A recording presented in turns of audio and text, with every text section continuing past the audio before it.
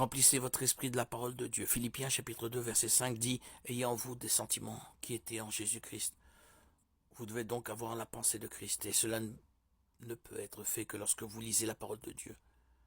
Contrôlez vos pensées, vous devez mettre vos pensées sous contrôle. Vous pouvez consciemment changer vos pensées. Parfois, vous devez simplement faire confiance à Dieu pour vous aider. Donc si par exemple, votre déclencheur, ce sont les femmes qui s'habillent et révèlent certaines parties de leur corps, et vous ne pouvez pas vraiment faire grand-chose par vous-même, c'est parce que vous ne pouvez pas contrôler l'habillement des autres. Et de nos jours, les femmes s'habillent comme elles le souhaitent. Donc si c'est le cas pour vous, vous pouvez vous appuyer sur la force de Dieu. Vous pouvez également écouter de la musique spirituelle, religieuse, celles qui élèveront votre esprit et exalteront le nom de Jésus. Vous pouvez également pratiquer l'art de ne pas vous attarder sur ce que vous voyez. Vous verrez certaines choses, mais changez votre esprit et concentrez-vous sur ce que vous faites. Vous pourriez échouer au début, mais avec le temps, vous vous habituerez à vos déclencheurs et ils ne seront plus des déclencheurs. Alors si vous appréciez ces techniques, ces méthodes, vous serez beaucoup plus à l'écoute de Dieu dans tout ce que vous ferez. De nombreux événements ont confirmé que nous sommes dans les temps de la fin. Nous le constatons avec les changements climatiques devenant plus fréquents et aussi avec les humains s'éloignant de plus en plus de Dieu. C'est précisément à ce sujet que Jésus a parlé dans le chapitre 24 de Matthieu. Voyez ce qu'il a dit. Une nation s'élèvera contre une nation et un royaume contre un royaume. Et il y aura en divers lieux des famines et des tremblements de terre. Tout cela ne sera que le commencement des douleurs. Alors on vous livrera au tourment et l'on vous fera mourir. Et vous serez haïs de toutes les nations à cause de mon nom. Alors aussi plusieurs succomberont, et ils se trahiront, se haïront les uns les autres. Plusieurs faux prophètes s'élèveront et ils séduiront beaucoup de gens. Et parce que l'iniquité se sera accrue, la charité du plus grand nombre se refroidira.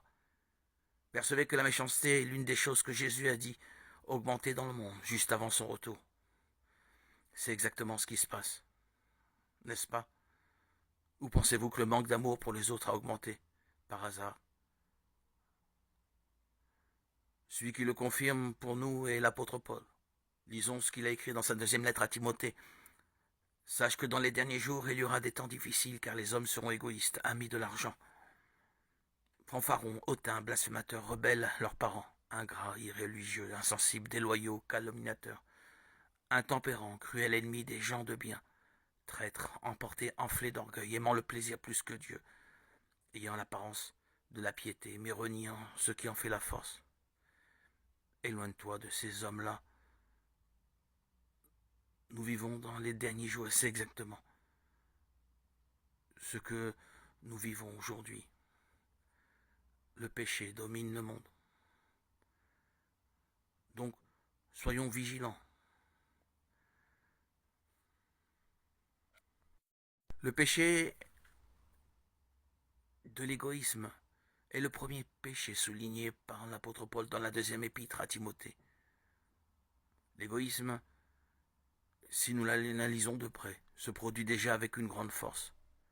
Un simple coup d'œil sur les médias sociaux suffit pour voir que les êtres humains sont centrés sur eux-mêmes, exhibant ce qu'ils ont accompli sans se soucier des autres, ni des choses de Dieu. L'égoïsme est l'une des pires maladies spirituelles de ce siècle, car il tue l'essence de l'homme et l'éloigne du Seigneur. Il va à l'encontre des principaux commandements de Jésus qui sont d'aimer Dieu de tout son cœur et son prochain comme soi-même. Mais malheureusement, l'égoïsme prend le dessus dans le monde. Et nous, en tant que chrétiens, nous ne pouvons pas nous conformer à cela. Nous devons suivre les traces du Christ, qui est venu pour servir et donner sa vie pour les autres. Sommes-nous prêts aujourd'hui à renoncer à nos désirs pour faire la volonté du Seigneur?